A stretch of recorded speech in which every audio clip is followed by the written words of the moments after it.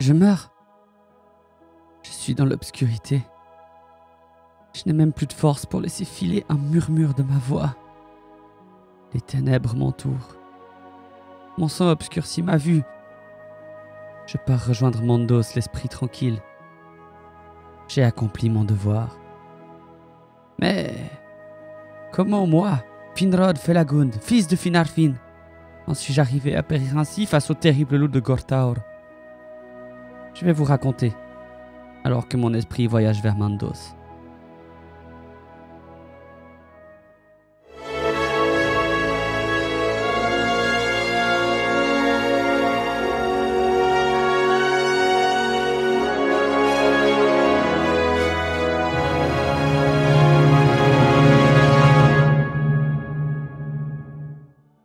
Quand je suis né à Eldamar, le soleil ou même la lune n'existaient pas.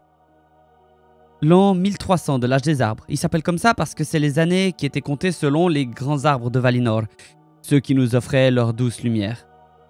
Ma mère c'était Earwen du peuple de Teleri, et elle était si belle avec ses cheveux d'argent.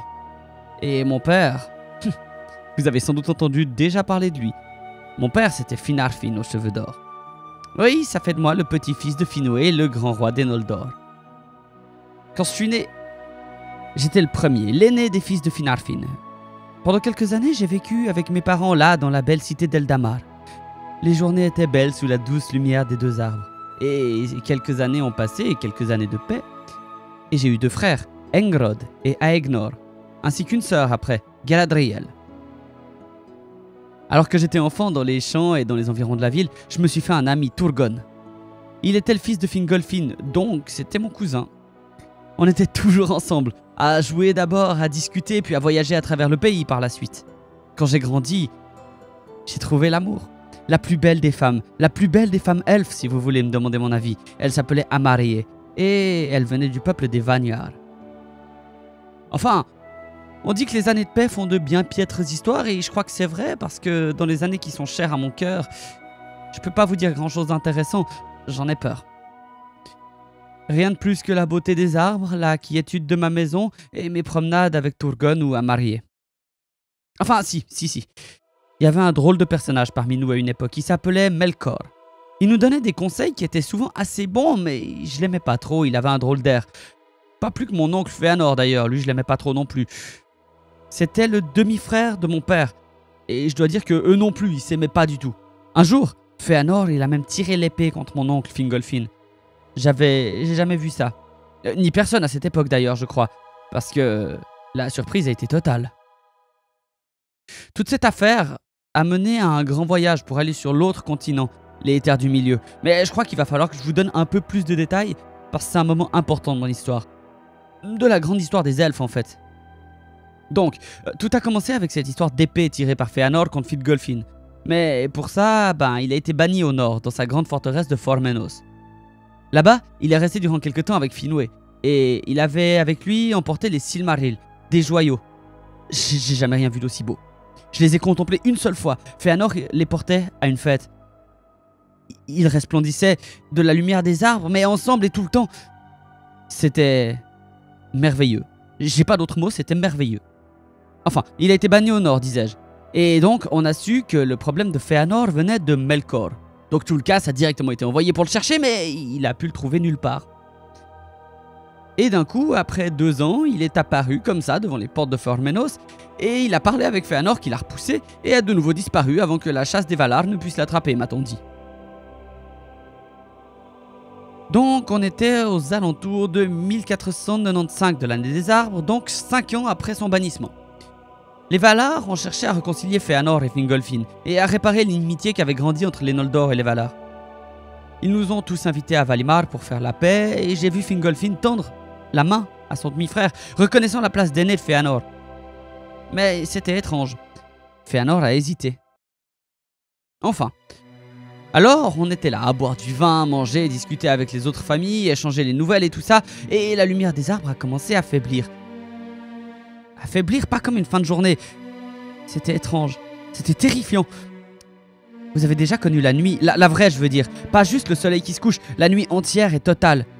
J'ai toujours vécu avec la douce lumière des arbres, rassurante, et là tout à coup, plus rien. Je ne voyais pas à 10 mètres. Le silence dura un moment et un bruit conséquent. Quelqu'un avait éteint les arbres. Quelqu'un? Vous imaginez bien qu'il n'a pas fallu longtemps avant que le nom de Melkor ne soit prononcé. Bien entendu que c'était lui, c'était toujours lui. Mais là, les choses ont pris un tournant tellement malheureux. Si j'ai compris les événements correctement, les Silmarils de Fëanor contenaient la lumière des arbres. Et avec celle-ci, les Valar auraient pu faire scintiller les arbres à nouveau. Mais Fëanor a refusé, et encore pire, il a appris peu après que Melkor avait volé les joyaux et que mon grand-père Finwë avait été tué. C'était assez violent, mais Fëanor est devenu comme fou. Il a prononcé des mots terribles. Il a accusé les Valar d'avoir permis à Melkor de voler les Silmarils et tuer Finwë en l'invitant ici. Comme s'il avait pu y faire quelque chose s'il avait été à Formenos. À mon avis, il serait juste mort. Avec. Enfin, ensuite Fëanor a galvanisé presque tout notre peuple pour le suivre en Terre du Milieu et faire la guerre à Melkor. Qu'il avait rebaptisé Morgoth d'ailleurs, le noir ennemi du monde. Ça lui allait plutôt bien comme nom, vous le trouvez pas? Je n'étais pas trop pour ce grand voyage, ni pour la guerre, comme tout ça en général, mais comme tout le monde y allait, surtout mon cousin Turgon, j'ai suivi. Des fois, je pense que je regrette un peu ce choix au fond de moi. Déchirement encore plus intense, j'ai été contraint de laisser ma bien-aimée derrière. Je la voyais là-bas, debout, à me regarder, alors que je m'éloignais, je partais sans doute pour plus jamais la revoir. Jamais je l'ai oubliée, jamais, même dans les pires moments de ma vie, elle était toujours dans mon esprit, toujours. Le seul trésor que j'ai emporté, c'était mon anneau. Il avait été fabriqué pour moi par ma famille durant ma jeunesse. Durant la première partie du voyage, j'ai vu des choses plutôt horribles. Des elfes massacrant d'autres elfes. Fëanor tuant les gens de ma mère, les Teleri d'Alqualande. Pourquoi?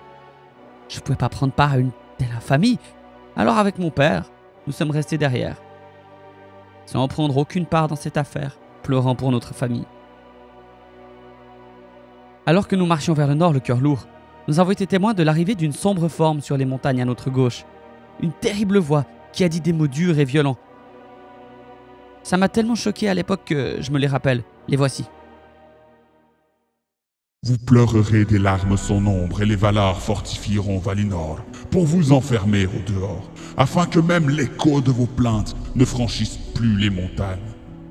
La colère des Valar s'étendra de l'est à l'ouest sur la maison de Fëanor, et elle touchera tous ceux qui les suivront. Leur serment les entraînera, les trahira ensuite, et leur fera perdre jusqu'au trésor qu'ils avaient juré de poursuivre. Tout ce qui commencera bien finira mal, et la fin viendra des trahisons entre frères et de la peur d'être trahis.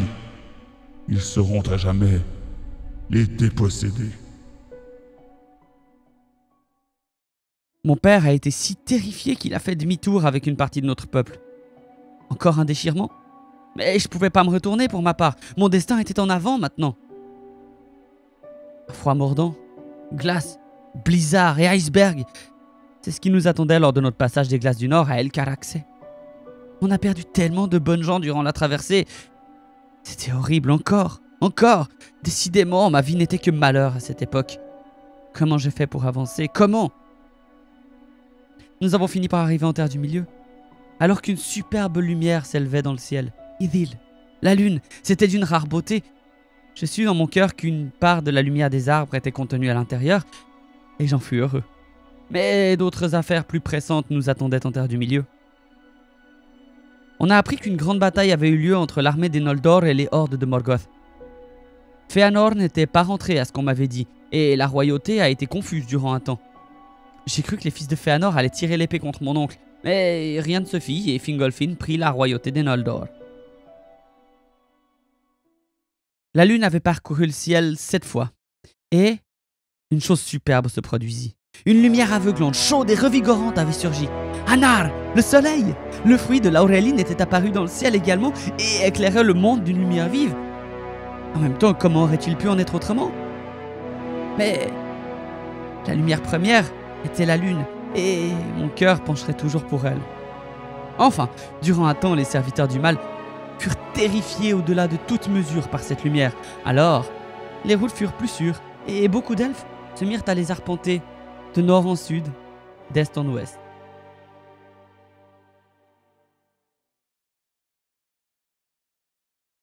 Naturellement, j'ai commencé à voyager un peu dans ces contrées, superbes et nouvelles, à travers montagnes, plaines odorantes, vallées profondes, lacs miroitants, rivières et forêts.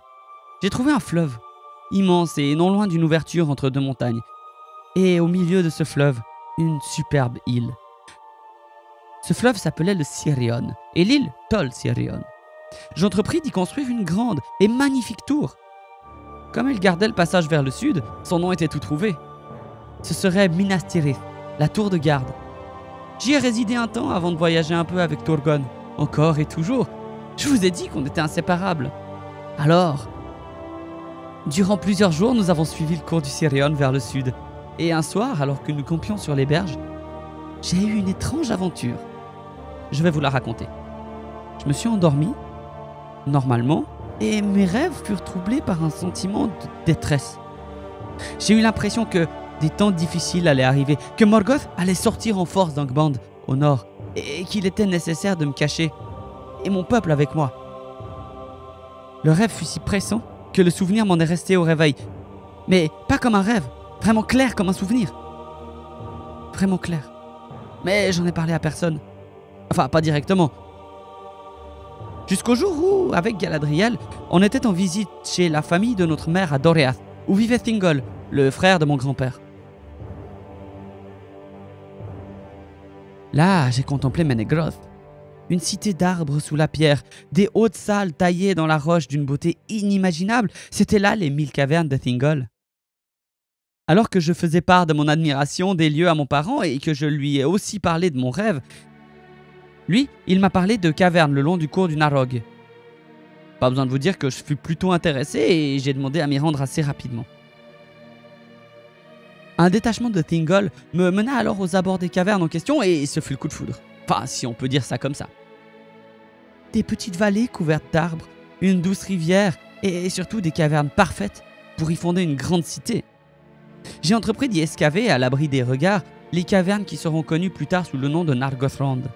Et les habitants de la région, des nains plus menus que leurs cousins de l'Est, m'aidèrent dans la tâche car ils étaient habiles au maniement des pioches et burins. Je les ai rétribués correctement avec des parts du trésor que j'avais mené de Valinor. Mais un soir, alors que je dormais, j'ai surpris leur chef qui essayait de me tuer. J'ai donc banni au sud. Il s'appelait Mime, et je pense qu'il a gardé cette rancœur toute sa vie durant contre les elfes. Hélas pour lui. Cependant, je ne voulais que les meilleurs pour réaliser ce projet, alors je fis appel aux nains des montagnes bleues. Je crois qu'ils m'aimèrent assez parce qu'ils me firent don d'un collier somptueux, le Naoglamir. Ils m'affublèrent aussi du surnom qui devra me suivre, Felagund, le tailleur de cavernes. Ainsi soit-il alors. Je serai Finrod Felagund.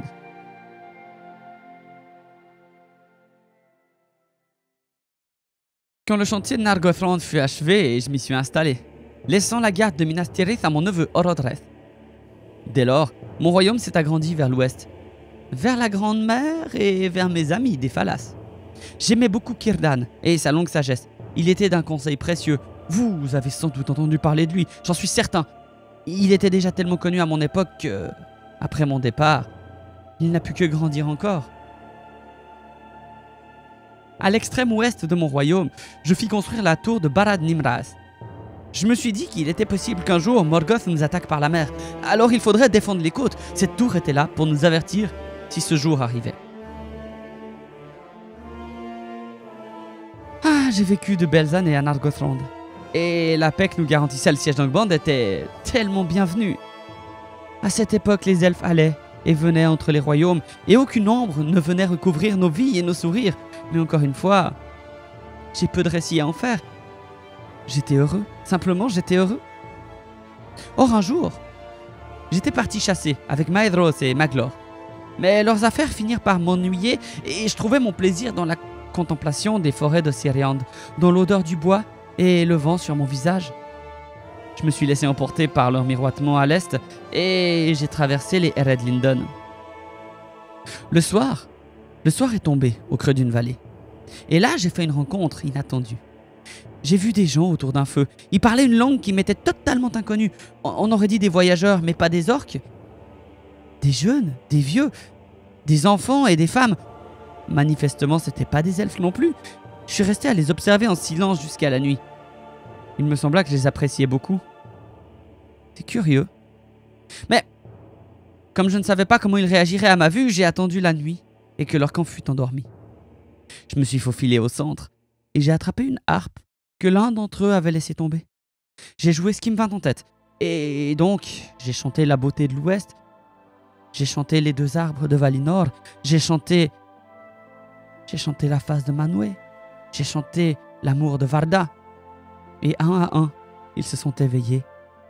Et ils m'ont écouté durant un moment qui me sembla interminable. Leur regard était empli d'un mélange de crainte et d'amour. Est-ce qu'ils croyaient rêver? C'est possible.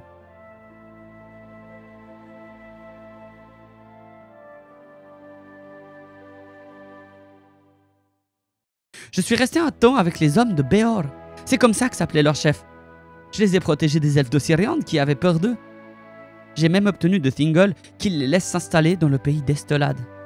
Et autrement plus étrange, j'ai senti une sorte de liaison avec cette maison, cette famille. Je suis sûr que nos destins seront liés dans le futur. Sûr. Au sein de la maison de Béor, il y avait une femme que j'estimais énormément. Elle s'appelait Endreth. Et je suis allé la visiter très souvent durant cette longue paix. Quelle discussion nous avons pu avoir tous les deux. Elle était sage et elle m'a appris de nombreuses choses sur les hommes et sur leur destin.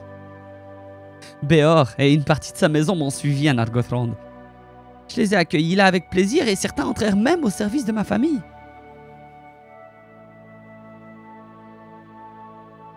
Après un long service en 355, j'ai enterré mon ami Béor, vieux, ridé.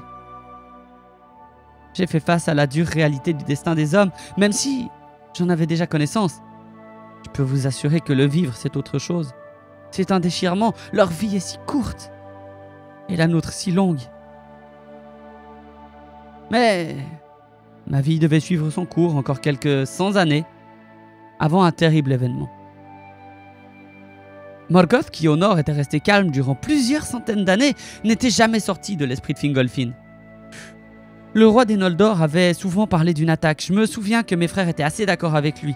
Mais les fils de Fëanor semblaient contents de la trêve que nous vivions. Enfin, on n'a pas eu le temps de trancher cette question parce que, par une froide nuit d'hiver, des rivières de feu ont soudain jailli du Tengorothrim au nord et de terribles fumées s'envolèrent. La bataille fut subite, si rapide. Le feu brûla de nombreux amis, des connaissances, ma famille. C'était horrible. L'odeur des corps brûlés, de l'herbe cramant sous la lave. Et le premier des Uruk-hai était sorti, Glaurung. Il était terrifiant, menant les armées de Morgoth, brûlant Ardgallen, qui portera d'ailleurs le nom de Anfaoglith. Sur le champ de bataille à Dorthonion, je perdis mes 2 frères, Engrod et Aegnor. Ils tombèrent sous une multitude ennemie. J'ai eu beau combattre comme seul un homme en rage de deuil le peut. J'ai pas pu me défaire de la masse des orques et j'ai pas pu les atteindre. Ma garde fut bloquée dans le marais de Serech. Je sentais la fin venir. Les larmes obscurcissaient ma vue, des larmes de deuil, des larmes de colère. Mais j'étais prêt à mourir pour défendre le sud du pays. J'étais prêt à mourir pour défendre ce pour quoi nous vivions, la paix. Mais là je l'ai vu. Comme une étoile venant me sauver, Barahir, de la maison de Béor.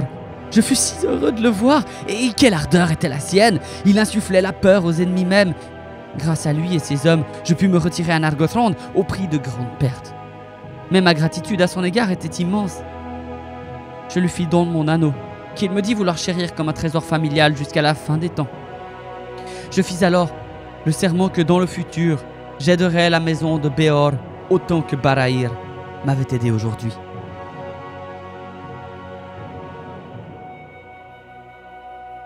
Mais, une fois en sécurité à Nargothrond, mon cœur fut à nouveau soumis à une douleur immense.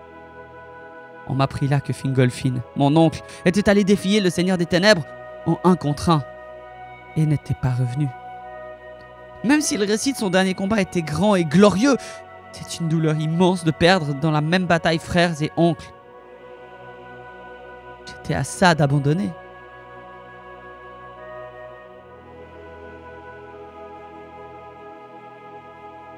Mais j'avais un peuple.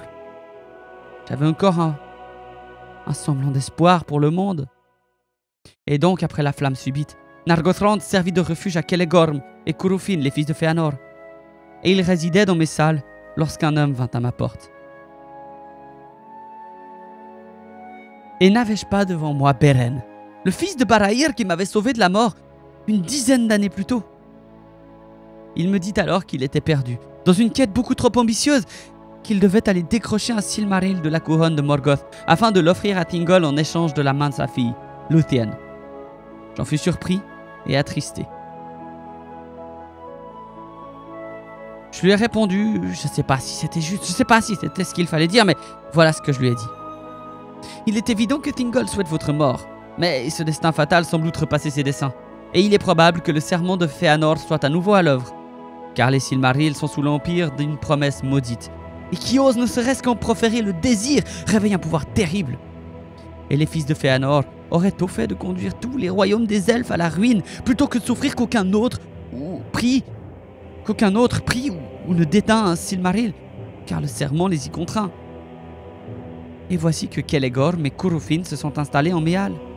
Et ici, je suis roi, moi, fils de Finarfin, eux ont acquis un grand pouvoir dans mon royaume. Et ils ont ici bon nombre des leurs. Ils m'ont témoigné la plus grande amitié en toutes circonstances, mais je crains qu'ils ne vous témoignent aucun amour, ni aucune pitié, si votre quête est connue. Quant à moi, je reste lié par mon propre serment.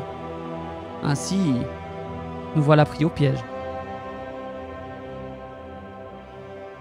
Comme je l'avais prévu, Celegorm et Curufin se sont levés contre moi, et mon peuple a refusé de me suivre. Ainsi, nous ne fûmes que 10 à prendre le chemin pour le nord, plus Beren et moi-même. En vue des montagnes, nous avons trouvé un camp d'orques que nous avons massacré. Pour passer plus facilement, nous nous sommes grimés et avons pris leur équipement. Mais nous n'avons pas réussi à déjouer la vigilance de Tol Ingauroth. Et nous avons tous les 12 été capturés et jetés dans les fosses que j'avais moi-même construites il y a tant d'années. Quelle ironie! Car Tol Ingauroth n'était autre que Minas Tirith, que le lieutenant de Morgoth Sauron avait adapté à ses sombres desseins. Je reconnaissais à peine les murs.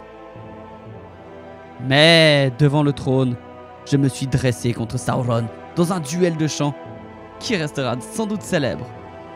Je vous en retranscris quelques échos malhabiles.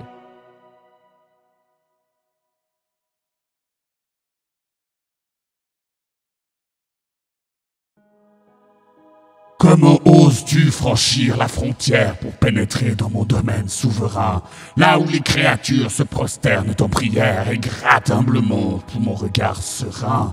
Tu as pris l'apparence d'un ménestrel errant, mais ton sang trahit l'odeur des envahisseurs. Des terres de l'Ouest, tu viens tel un serpent, brisant la paix d'Arda, semant la douleur. L'acier résonne en un funeste concert, le sang rougit les rivières de larmes. L'étreinte du frère, une trahison en mer, depuis que l'Ouest a forgé ses armes.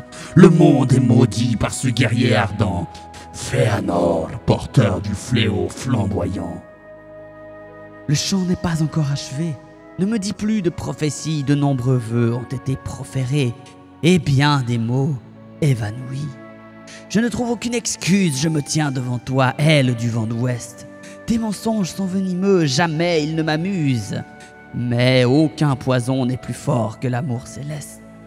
De ces rochers noirs vers les rivages lointains où des pics de glace se dressent glorieux, dans nos champs nous répondrons à la mort sans crainte. Là où il n'y a pas de peur sous les cieux, les herbes emmêlées enchaînent la mort, dans les chaînes de la verte vigne, couvrant l'arbalète, cachant tout effort. Les cordes d'arc deviennent cordes de lutte, divine ligne. La traînée de sang sera couverte de vignes. Les champs et les destins amers se transformeront en chants. Les destins amers se changeront en chants. Les malédictions deviendront douces lignes. Et nos voix s'élèveront, unissant les amants. Une faible imitation du premier dessein, du créateur ombre pâle de sa main. Que pouvez-vous faire, que pouvez-vous rendre pour restaurer la lignée brisée, la fendre? Ah, l'heure est le chant, Ah, le chant de la création, immuable refrain, ne peut plus être modifié, gravé dans l'éternité. Le fil est tissé, le motif imparfait demeure. Je te vois tout perdre, tout ce qu'on t'a donné en l'art. Il ne me reste qu'un souvenir amer. Il ne reste qu'un souvenir amer, un écho, un regret, un souffle de fer. Êtes-vous assez fort pour cela? Pour porter ce poids et rester là? Où rien n'est oublié sur les runes de pierre, les cordes de la lyre épargnées par les âges au cours d'innombrables des ans et des hivers. À mon épaule se tient un monde sage, un monde paisible et en paix. Se levant comme une nouvelle aube, rien n'est oublié, tout est parfait. La mémoire nous protège, douce robe, la mémoire est vivante, immaculée. Spectres et mensonges disparaissent comme un rêve. La lumière impérissable déployée remplit le ciel, rien n'est terminé. J'invoque la mémoire de la lumière première, avant le soleil et la lune pure clarté, pour élever ma voix contre toi en guerre, pour que nos forces soient à la hauteur, en vérité. Le pouvoir dans ce monde n'appartient qu'à celui qui arracherait sans un doute les chaînes des elfes, serviteurs des maîtres qu'ils maudissent ainsi, parodie pitoyable des gens réels et sans fiel. Des êtres comme toi ne peuvent jouer au jeu. Des ténèbres et de la lumière, pauvres âmes en errance. Je suis libre de faire de toi ce que je veux, de façonner ton destin sans crainte, sans clémence.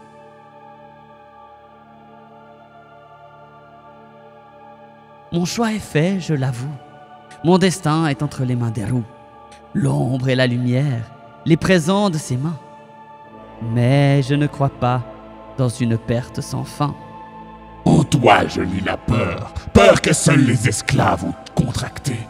Vous ne pouvez faire face à l'amère vérité, coupable devant le Créateur. Ainsi soit-il, mais le plus gros blâme réside en celui qui, dans une heure sombre et avec tromperie, nous a enseigné le vil chemin de la fierté. Ceci fut fait pour vous libérer. De mon pouvoir, je peux te changer, comme je le souhaite, te transformer. Vous ne pouvez que tuer. Tes paroles sont emplies de danger. Prends garde, tout ce qui a été tissé peut être déchiré, mais d'abord... D'abord, répondez-moi. Pourquoi tant adorer ce trône noir? Sauron, pourquoi y fixer toute ta pensée? Comme si la couronne scintillante du désespoir pouvait sauver quelqu'un qui jamais n'est né.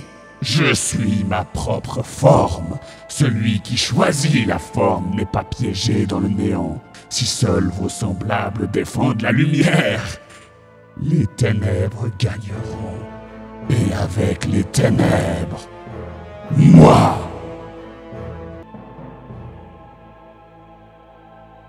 Et avec ce dernier échange de tonnerre et de puissance, je m'effondrais devant le trône sombre de Sauron, vidé de mon pouvoir. Mais bien que nos déguisements fussent tombés, jamais Sauron ne découvrit nos noms ou notre quête. Jamais. Alors nous fûmes tous enfermés dans les cachots, et un par un, nos hommes se firent dévorer par les loups. Mais leur loyauté tint bon, et bientôt il ne resta plus que Beren et moi. Il fallait que j'honore la mémoire de Barahir. Il le fallait. Alors qu'en vint un loup pour prendre Beren, je me levai et dans un dernier élan de puissance, je détruisis mes liens et attaquai le loup. Je le tuai de mes mains, de mes dents. Un combat difficile. Et je sentis. Je le sens encore. J'ai été mordu à de nombreuses reprises. Je sens la mort venir, je vois Beren devant moi. Je l'ai sauvé. Et je sens la mort m'emporter. Dans les sombres cachots de la tour que j'ai moi-même créée, alors qu'un chant monte à mes oreilles. Un chant merveilleux, venu du lointain.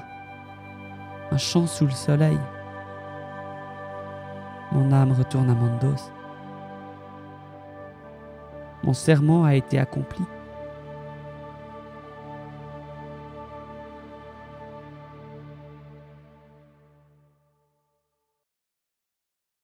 J'accueille la mort comme une vieille amie, car j'ai perdu tant d'amis, tant de frères, tant de membres de ma famille. J'ai construit des forteresses, je les ai vues être détruites ou capturées. J'ai pris part à des guerres, j'ai vu des massacres. Pour qui? Pourquoi au final? Je pense avoir mérité le repos.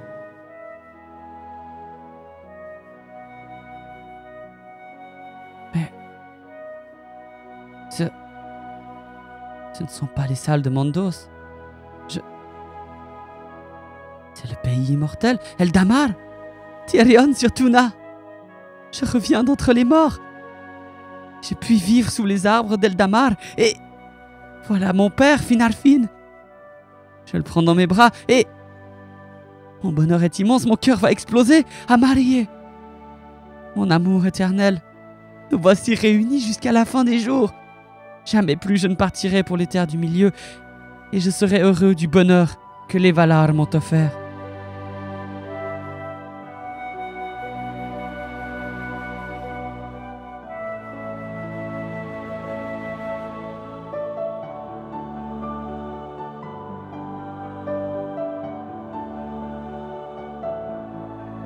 J'espère que cet épisode un peu différent d'habitude vous aura plu tout de même.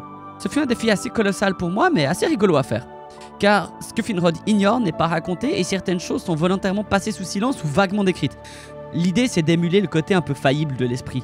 Encore une fois, pour me soutenir, n'hésitez pas à suivre la chaîne, à me faire un don sur Tipeee ou vous offrir un t-shirt ou autre sur ma boutique qui est toujours là. Peu de succès, mais elle est toujours là. Maintenant, dernière chose.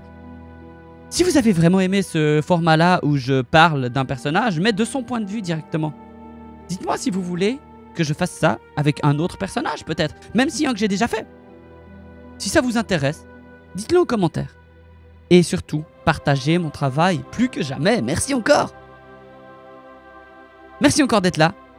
Et à très bientôt en Terre du Milieu. Ciao.